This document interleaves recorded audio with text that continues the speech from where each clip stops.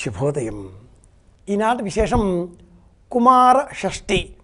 అట్లాగే గోల్కొండలో బోనాల ఉత్సవాలు.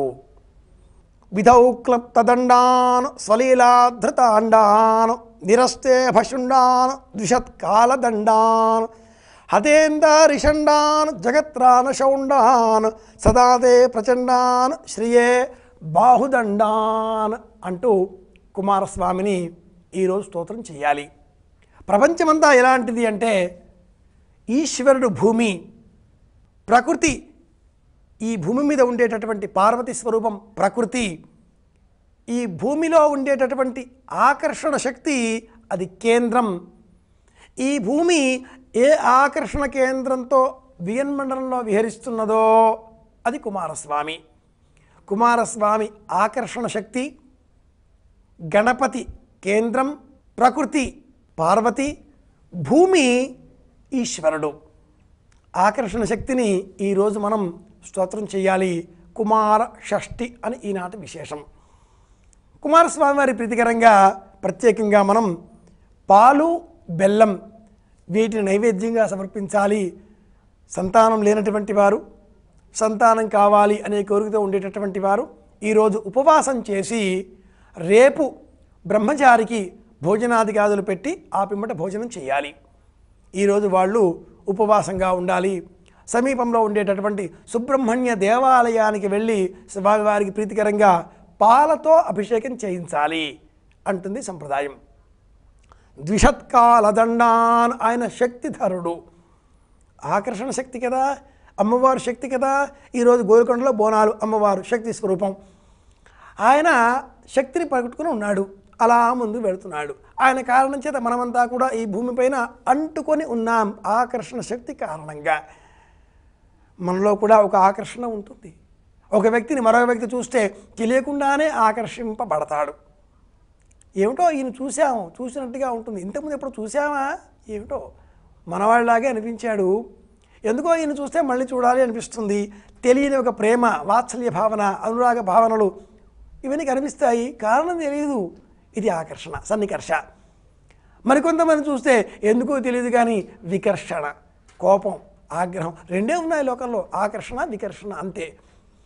ఆకర్షణ కలిగితే ఆనందం కలుగుతుంది, వికర్షణ కలిగితే ఆగ్రహం కలుగుతుంది. మనం లోకంలో ఆనందం పెంచుకోవాలి అంటే అందరితో కూడా ఆకర్షణ శక్తిని పెంపొందింపజేసుకోవాలి.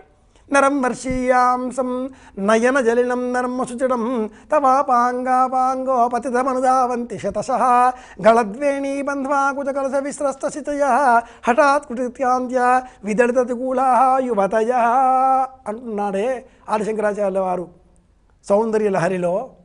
లోకం చేత మనం ఆకర్షణ పొందాలి అంటే నరం వర్షీయాంసం నయన మలినం నర్మసుజలం, చక్కగా మాట్లాడడం తెలీదు, కళ్ళలో ఊసులుంటాయి, శరీరం కూడా మడతలు పడింది, అనాకారమైన స్వరూపం, ఏమాత్రం అందంగా లేదు, శరీర పరిశుభ్రత కూడా తెలియదు. తవాపాంగాపాంగో పతితమనుధావంతి, శరీరం అంతా మడతలు పడింది, శతశః వందల వేలుగా కూడా.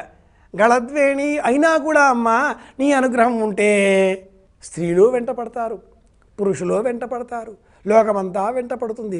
ఆకర్షణ, వశీకరణ, లోకమంతా కూడా తల్లి నీ అనుగ్రహం ఉంటే చాలు అనేటటువంటి అర్థాలని అనేక మనం ఈ ప్రత్యేకంగా జ్ఞాపకం తెచ్చుకుంటే ఈనాడు కుమార షష్ఠి, ఆకర్షణ శక్తి. ఈరోజు గోల్కొండ అమ్మవారి జాతర బోనాల ఉత్సవాలు, శక్తి పూజ. కాలం ఆషాఢమాసం, ఋతువు వర్ష సంబంధితం. చెట్లని పెంచుదాం అని చెప్పుకుంటున్నాం. వృక్షో రక్షతి రక్షిత అని జ్ఞాపకం చేసుకుంటున్నాం.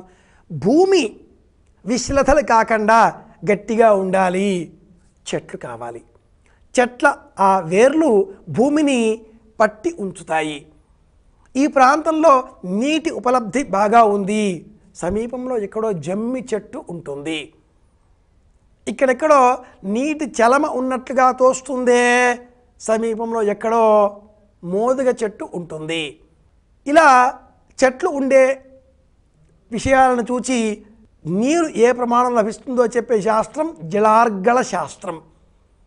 ఇది ప్రకృతి. అమ్మవారిని ప్రకృతి రూపంలో అర్చిస్తున్నాం. బోనం సిద్ధం చేయాలి, వేప మండలు కావాలి, వేప చెట్లు పెంచాలి అంటున్నాం. ఈశ్వరుణ్ణి అనుగ్రహం కోరుకుంటూ ఉంటాం, బిల్వం పెట్టాలి, బిల్వం చెట్లు పెంచాలి అని చెబుతూ ఉంటాం.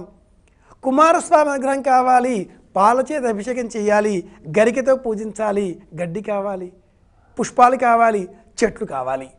కనుక వర్ష ఋతువు ఈ ధర్మాన్ని గుర్తుపెట్టుకుని చెట్లను పెంచుదాం. కుమారస్వామికి ప్రీతికరంగా మందార చెట్లను పెంచాలి.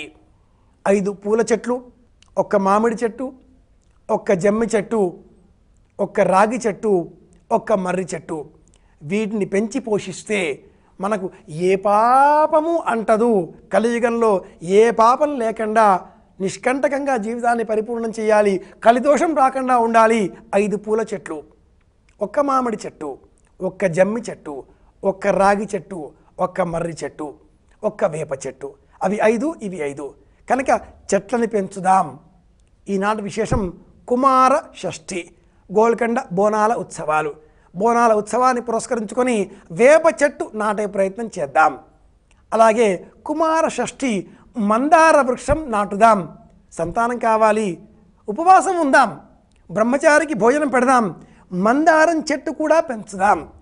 మందారాన్ని మనం చూచినట్లయితే మనస్సు వికసిస్తుంది, సంతానం కలుగుతుంది అంటుంది సంప్రదాయం. ఇది ఇందులో ఉండే అంతరార్థం. కనుక ఈనాటి విశేషం 1 కుమార షష్ఠి, 2వది గోల్కొండ బోనాల ఉత్సవాలు.